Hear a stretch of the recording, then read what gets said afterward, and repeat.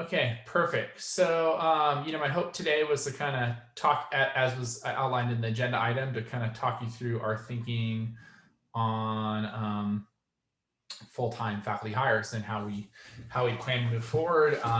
Special thanks to Allie, who's been kind of really key on this document.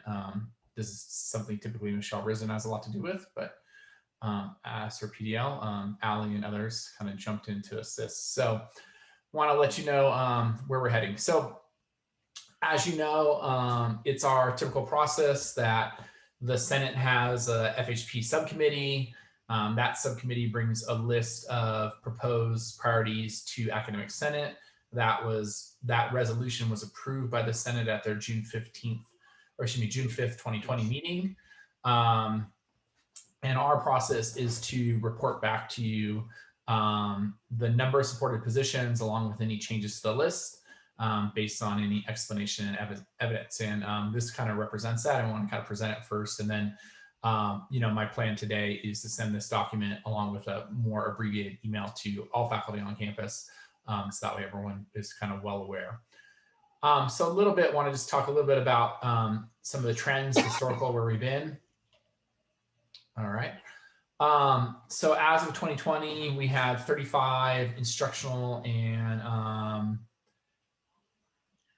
non-instructional faculty. That included 4 new faculty members in 2019, 2 which were instructional and 2 which were non-instructional, and 2 new faculty in 2020, 1 instructional, 1 non-instructional. The non-instructional was Dr. Maria, who was recently hired and placed. Just to kind of give you a sense of things, I just always think this is pretty interesting. We have 10 faculty members have been hired since 2017. So if you think about that, almost a third of our faculty is new since 2017. So definitely had a lot of turnover in that regard. We haven't broken down by meta major here because I know a lot of times it's really focused on at the department level, but really, as we're doing more activities as meta majors, as we're sending students through meta majors, that's definitely one area in which we're looking at our priorities. And so over the last couple of years, as you see, we've had the 2 hires in the art, language, humanities meta major, 2 hires in society, culture, education. And why this is of interest is, the 2 tier 1 requests from the FHP group were actually in those first 2 meta majors. So that's something that we looked at. And then also business, hospitality, and leadership. And then we haven't had any hires since 2017 in the other 2 meta majors. And then of course we have these non-instructional faculty hires as listed below, including the most recent academic counselor one that is there at the bottom. So that's a little bit of kind of where we've been. So want to kind of just give you a sense of, as you know, just as a reminder for folks who are new, the first tier selection from the Academic Senate and their FEHP subcommittee that was approved by the Academic Senate was the first tier was for English and psychology, right? So those 2. And then the tier 2 request was for biochem, and then secondly, business, accounting, and economics. So there was four positions requested. All were instructional positions, and those are the ones that were listed here. As I shared with you, part of what we're looking at in addition to, just the instructional needs is the role that faculty play in governance, academic department leadership, spreading faculty across meta majors. All those things are in the consideration. So also something that's really important for us that we take into account is faculty retirements, right? So retirements are very informative to us. We don't always necessarily, just because you have a retirement in X department doesn't mean you're gonna have a replacement in X department. Sometimes you'll have a retirement in X department and have a replacement in A department, retirement in business and a replacement in science, or retirement in math and a replacement in English. But sometimes you might have a retirement in English and a replacement in English, right? That's why we do this prioritization process. But knowing where we're at with faculty retirements is really important, especially this year where we know resources are going to be tight for ongoing funds. And so at the point of publishing this document, and I want to kind of give you a sense of this because we've been hearing from folks lately, but just so you know, the administration, we've been working on this document pretty heavily since early October. We discuss it when it comes, we get the recommendation in June, we discuss it again in September, but then we've been working on it pretty heavily in October and November. to present it now. So, there's always late breaking information that comes in, but sometimes it's the train's left the station.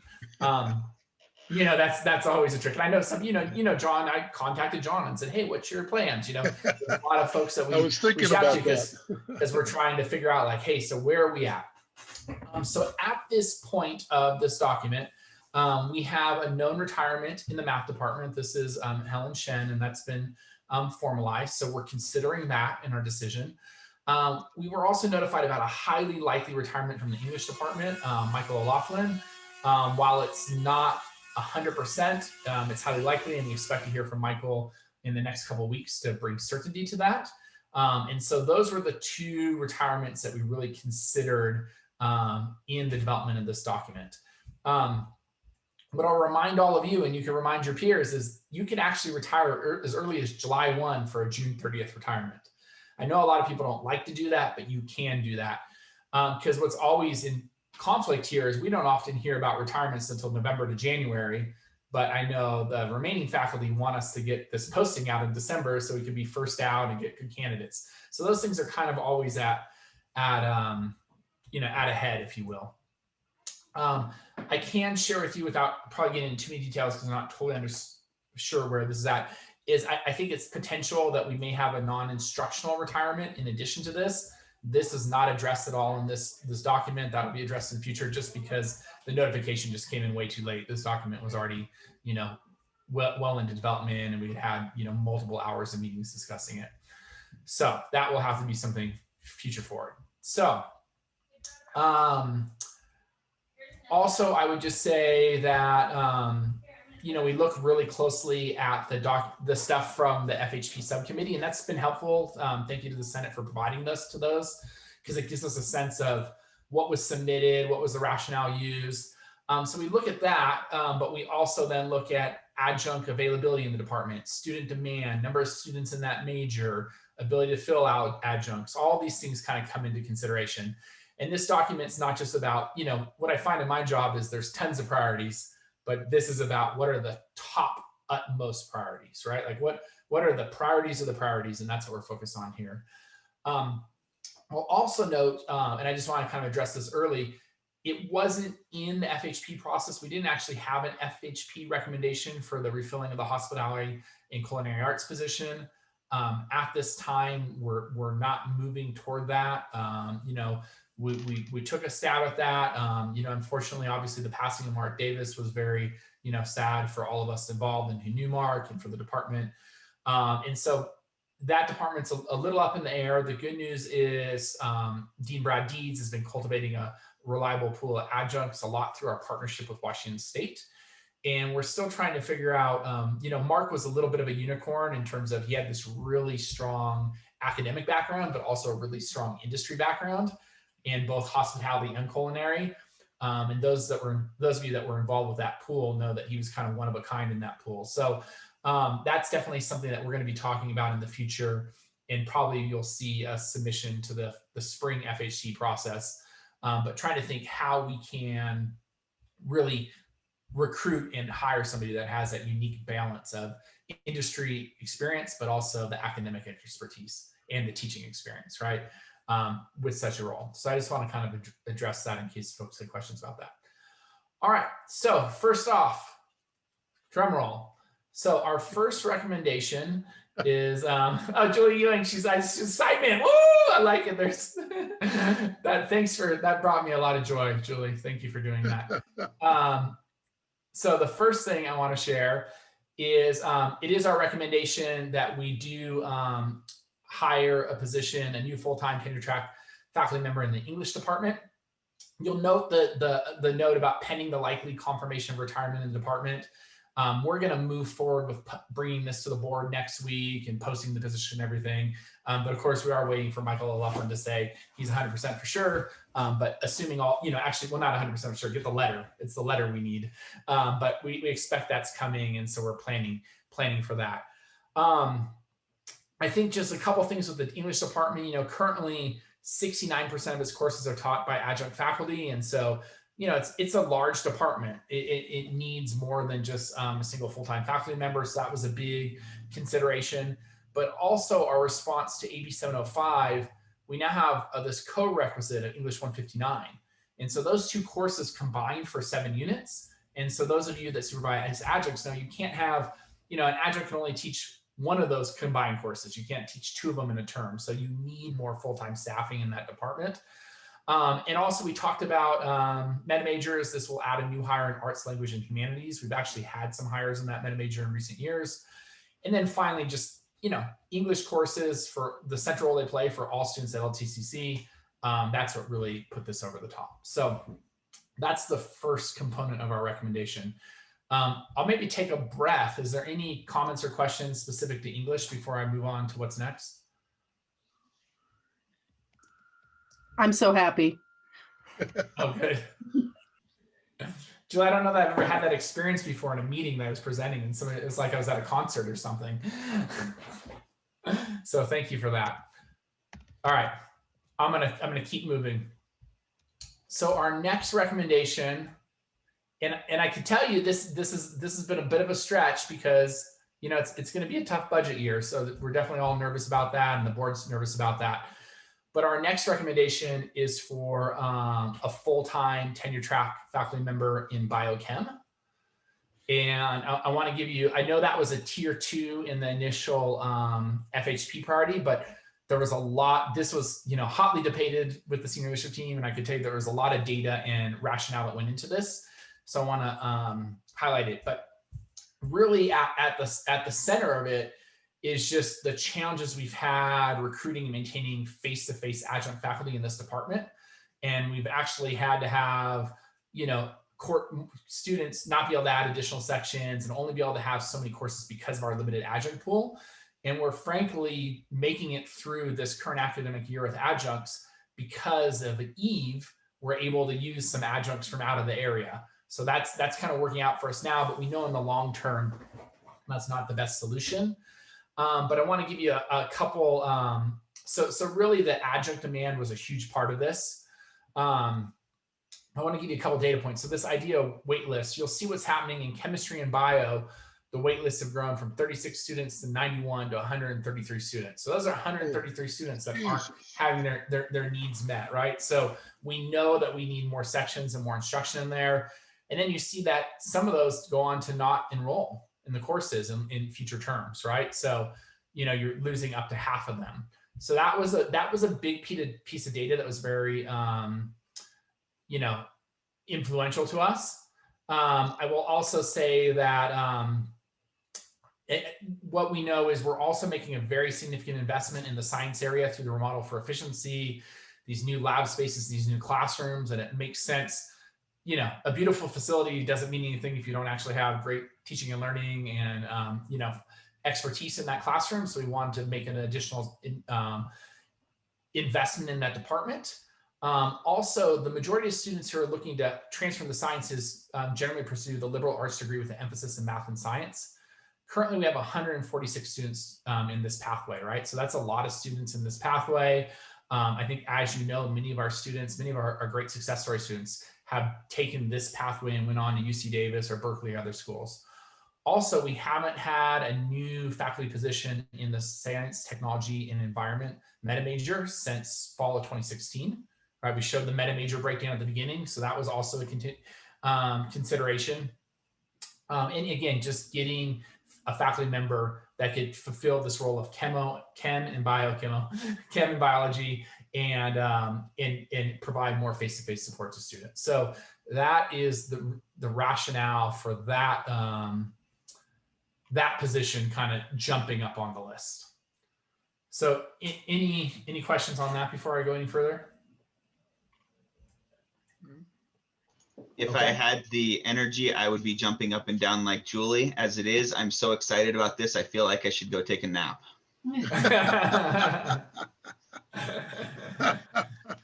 All right. Yeah, you got to rest up for trivia night. I think it's pointing out, Jeff, sorry. I think it's worth pointing out the number of units that Sean Ryland routinely teaches. What's your typical load in a quarter, Sean? I think I'm at I'm at 21 units this quarter with no department lead units, because I have to put those all on winter so that I don't go above 22 units in either fall or spring. So it's basically been above 20 units since I started, every quarter since I started, with maybe one exception. Yeah, thanks. So that helps on the way. All right. Well, thank you. Any other questions? I'm gonna go ahead and keep moving. Please do. Please do. So these really represent kind of our hire these 2 no full-time tenure track faculty members. I want to talk about some of the other recommendations that were in this. These are the only 2 non-instructional hire recommendations that we're going with, but I want to talk about kind of our response as it relates to the other 2 departments, business and also psychology. So, so for instance, related to business, there was a 2nd-tier priority for business, accounting, and economics, right? But there's really been 2 bits of information that have significantly changed, that really changed our thinking on how to approach this. First off, in the FHP, it assumed the spring 2021 retirement of Dr. John Kingsbury. That's Jon, John Kingsbury. So it assumed that retirement, and that's no longer taking place. We've confirmed that with John, so we know we're going to have John for another year. So that's something that really kind of took the pressure off of that. It also assumed Excuse me, would everybody keep down the applause that I'm going to be another year? Just settle down. Go ahead, Jay. Sorry. And then secondly, it was in the request that stated that there would be no full-time faculty leadership, which was a concern. So we're also responding to this by moving Trevo Thomas back into the business department full-time for beginning academic year 2021-22 and beyond. That's actually at Treva's request. That's something that she would like to do as well. So really, in essence of a new hire, this is more about a reassignment. We're taking Treva and we're reassigning her back full-time in business. So in our mind, that's really kind of checking that box for that tier 2 request, in addition to the fact that John's not leaving. So, when the FHP was submitted, it assumed 0 full-time faculty members in that department. Now we're back to 2. So we feel like the business department's pretty well poised. So that's business. Any questions or comments on that?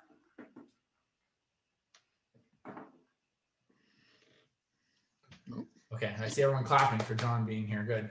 Okay, so next up, finally, so really 3 of the 4 were able to meet here. We are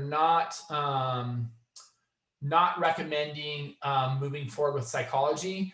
And again, it's not that psychology is not a priority. I mean, frankly, it is. But like many other things on this campus, this list was about what are our utmost top priorities? What are the things we need to hire this year to have for academic year 2021, 22 and beyond. And to be fair, the psychology department is growing. And so it's something that I would expect to see in future FHP processes. And we would be, as administration, would be open to looking at that. But again, it didn't have the adjunct concerns that that bio was really dealing with, right? Didn't have the significant adjunct concerns. And of course, the English department, the vast number of students that take courses in that. And, kind of you talk about this idea that the psychology, many of the courses can be taught online. So we have a larger hiring pool to go out and get adjuncts, as opposed to like the sciences where so many of those are face-to-face. You need to get somebody that's in the district. I think just also for this group to know, last year we did codify 25% of Beth's load in the psych department. So 25% of her time, after last year, so not last year, but effective this year, after last year, codified 25% of Beth's load in the psychology department. And we're committed to supporting that continued 25%. So psychology is a little tricky because it doesn't just have Christina. It has kind of Christina and a little bit of Beth. So it has 1.25% full-time faculty load. And so that's obviously one of those things that, in any decision we make about psychology moving forward, we'll have to kind of figure out how that plays into it and what the actual, full-time faculty load will be in the department beyond. So I guess I would just kind of close and say, duly noted, I think all these are valid areas, valid departments. But this one, the 3 that we identified, as you kind of see down here on this table, we identified English and biochem as the priorities for the reasons I shared with some of the student data elements, some of the student waitlist data, some of the adjunct faculty waitlists or adjunct faculty availability, all those things played into our decision making. And then also with the business, the reallocation of the existing position into the business department. So that's that. I have a couple other things to share that are related to this, but again, I'll take a quick pause before to see if there's any questions before I go further. Anyone? Comments, questions? Well, Jeff, please continue. I'm watching the clock here, so. All right, thank you. We're getting close. I think probably, and I thought this would come up as a question, but it didn't, but I'll bring it up. Is, obviously with Treva moving back into the business department, it does leave kind of a hole in our DE area. I think also, just so this group's clear, we've had Treva in the distance ed department. We moved her from 177 to 200 days this past year, starting last year through the CDC OEI grant. We also had a lot of additional support in our online through the CDC OEI grant that ends this December. So we're really losing a lot of bandwidth and support in the distance education area. And so what we're recommending is, well, what we know is that, online learning is here to stay, distance ed is here to stay, and it's a growing modality. And it's a modality that we'll probably have more of in higher education post-pandemic than ever before. There's going to be more students coming to us that are used to this type of modality. And we know it's somewhere where we need to kind of maintain quality and consistency. So all those things are impacting us. We also know what we've heard a lot is, we've heard for a while, is this need for full-time year-round support, right? So we've heard that a lot the challenge with Treva's position, I think Treva did a great job, but the challenge was always, I have a summer course, I have a course at this certain time, or I need help now. So what we're talking about is trying to create a position that would be a full-time year-round position. To do this, we still need to really kind of better define this position, but I wanted to let folks know that we're not going to leave a hole in distance ed, and that we're committed to doing something that is full-time and year-round. And I think some of the things kind of talking about what we'll be looking for is, we're really looking to hire and invest in a position, somebody that's that distance ed is not just a hobby or something they did, but it's their expertise and their experiences there, right? So I think many of you know, if you've been watching the field, there's a lot of master's and doctoral degrees in online education these days, adult education, similar related fields. So that's what's going to be on this hiring announcement, looking for somebody with that sort of degree and training, as well as somebody that's, taught at the K-12 community college and or university level. So not only that they have the academic expertise, but they also have the practitioner expertise. And that they will have, this emphasis on supporting faculty and students, year-round through distance education.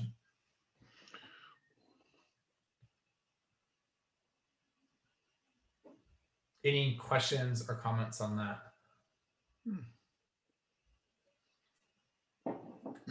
And that's it. There's a little backup, a little bit more about English and the why, and some English enrollments, and a little bit more about biochem and the bio enrollments. But I think I covered those pretty in detail. My next step after this, again, we wanted to provide this to Senate first. A couple of next steps is I would be sending an email to all staff and all faculty that includes, I'll give like a pretty abbreviated overview in the email, and includes a link to this or attachment of this document.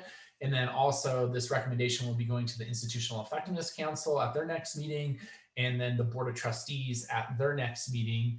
I believe it's December 17th, maybe not December 17th, somewhere around there, December teens. And we'll be asking the board, our first priority is going to be to get the 2 full-time faculty hires out and posted. So we'll be asking the board to approve both the English position, and here I'll go back to that chart, both the English and the bio position, to get both of those out, so we can actually get those posted before winter break, because we know many times folks are looking for positions over their winter break. And then we still have some work to do on better kind of defining some of the elements of this distance ed position and how that will be recruited and hired. But we'll hope to be posting that sometime after the first of the year. And then, as I said at the beginning, we recently found out that we may be looking at a non-instructional retirement. And so any response to that, we would bring back to the Senate after the first of the year. You all set, Jeff? I'm good. If you're good, I'm just curious in any other kind of feedback I or was just- questions, since you're kind of I the was first just group gonna we've really ask. shared this with. I just wanted to ask everybody, any comments or questions for Jeff on this? Yes, Yeah. Clinton. I would just like to, chime in here with, I know I'm preaching to the choir, everybody knows this, but I just want to get it on record. Treva's done an awesome job in a Yes, she very, has. very difficult time. And first off, kudos go out to her. Second off, in my mind, that has got to be a priority with the way things are moving. If we don't have somebody that can take care of our distance education courses, the wilderness program is a prime example. Like, you look at our numbers and we're starting to put classes online as well. If we're doing it, I don't even want to think what everybody else is doing. It boggles my mind. But if we don't get a go-to person there, we're going to be hurting pretty bad. So kudos to Treva, and I hope this becomes a very a hot fill priority for us as a college. Yeah. Yeah. Well said. Well said. I agreed. Yeah. Okay. Any other comments or questions? Okay.